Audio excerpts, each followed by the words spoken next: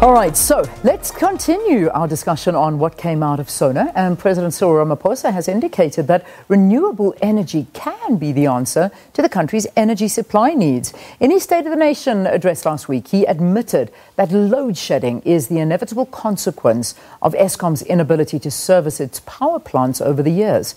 This, he says, is due to debt, lack of capacity, and state capture. Some energy experts now question whether this plan is sufficient to address power challenges in the country. So let's get a bit of an explanation. We're joined in studio by Siyabonga Mbanjwa. He is the Managing Director for SENER. I hope I'm saying that right. SENER? SENER. Good. SENER. Their company offers expertise and innovative solutions in renewable power, oil and gas. Good to have you in studio. Thanks so much for being with us. My pleasure to be here. So, all right, let's quickly just get a response from you to what the President said in his address last week. I mean, obviously, this is the route that needs to be taken, and this is the business you're in. So what did you make of it? I think it's a breath of fresh air. I think it was about time that we started looking at alternatives. I think for a very long time, government wanted to give Eskom a chance to turn things around and basically ensure that load shedding is avoided. But, you know, there have been some unfortunate incidents. For example, what happened in December and January, whereby the president went out and said that there will be no load shedding until the festive season was over. But unfortunately, there was load shedding. So I think, you know, government kind of ended up getting themselves into a bit of a fix. So I think all in all, his response was very positive. We need to start looking at alternatives, and he started basically outlining what some of those alternatives are, and we are very positive about that. All right, so let's get an idea. I mean, we do know that there is a lot of reliance on solar power, particularly in some communities and in residential homes and businesses. How big is the current state when it comes to renewable energy in South Africa? Well, we have massive potential when it comes to solar power in South Africa. If you take the Northern Cape, going even all the way up to Namibia and so forth, we probably have the second largest irradiation levels globally. So the amount of potential that solar has in South Africa is absolutely huge. We could power up the whole of South Africa. Yeah. Right now, we are only cutting it just... It's just a tip of the iceberg at this point. We could do a lot more at this point in time. Yeah. So the idea now is open up the industry. Absolutely. And this is something that municipalities have been calling for a very long time. I'll just put the Western Cape as one example, and yet they keep on being blocked. So do you think this is going to change everything now? Do you think that now that the president has pronounced on this, we're going to open this up, make renewable energy more accessible, produce your own energy, we're going to see big changes? Did you read that? Absolutely, absolutely. We should see a lot more changes. I think what was also interesting in terms of what the president did announce regarding what municipalities can do, he did emphasize that it has to be municipalities that have a good financial standing. Because ultimately, if you will be signing long-term power purchase agreements with the private sector needs to be able to raise funding for that.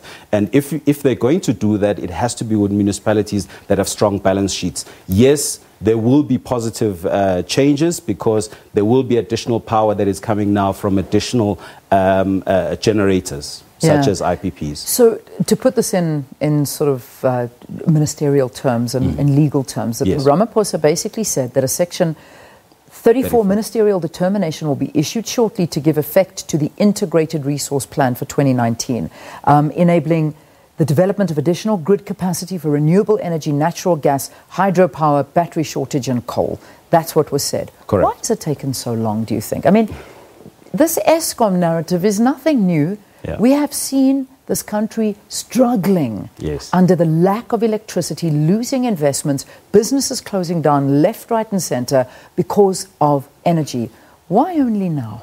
Yeah, I think it's a very good question, Leanne, and it's a very difficult question to answer unless you are actually there in government. However, from our perspective, you'll recall that this whole process, or when the renewable energy IPP procurement program basically came to a standstill, it was when the former CEO of Eskom basically refused to sign PPAs back in 2016.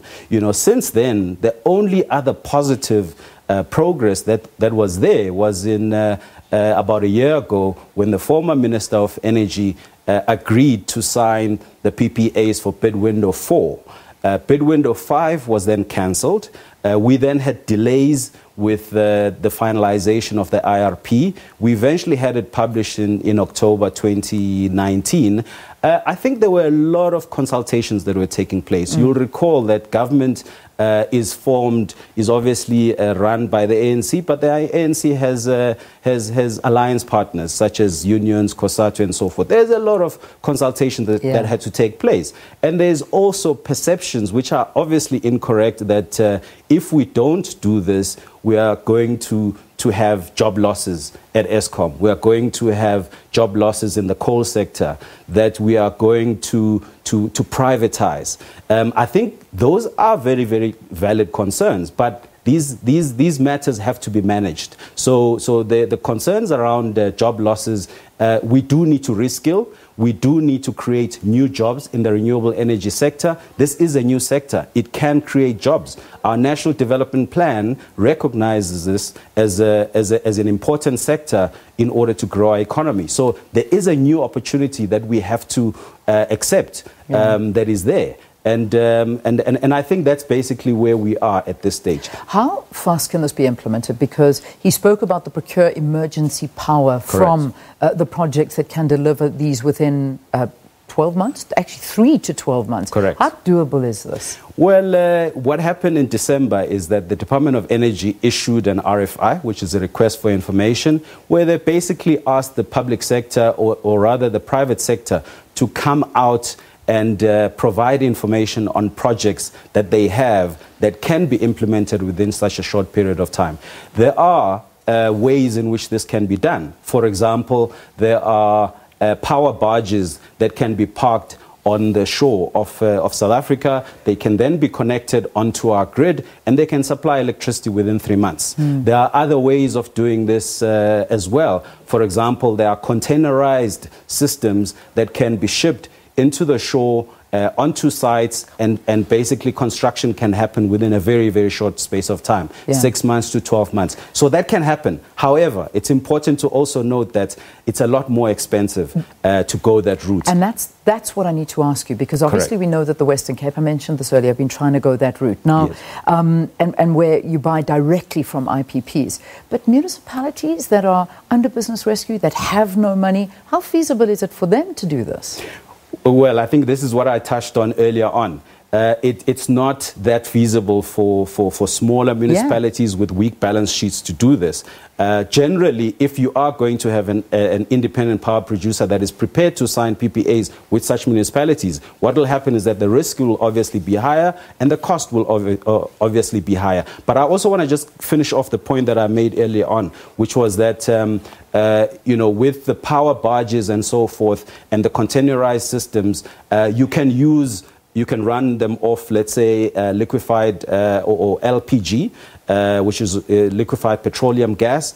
I think what is key there is to ensure that the cost of the short-term power is not more than the cost of running open-cycle gas turbines. Those are the diesel-fired power plants, which we've been running quite a lot in the last few days and a few weeks. And that's costing Eskom a lot of money. Yeah. Just as we wrap this up, this announcement, is this giving us that little glimmer of hope and a candle and a light at the end of this very dark tunnel we found ourselves in? I mean, this was a tough weekend we all just went through. I mean, some people have not had electricity all weekend, and that's not because of load shedding. That's because of also aging infrastructure, power stations, basically not being able to handle these power surges and the on and off and off and on all the time. And there is major problems, and it's not only load shedding. That is the cause of all of this. So is this the hope we've been looking for? Absolutely. I think what we can commend the president for is that he's provided the leadership that a lot of us have been calling for, that a lot of the public, South African public, have been calling for. He's provided the leadership. I must say that the ball is now in Minister Mantashe's court and his department for them to basically put this into action.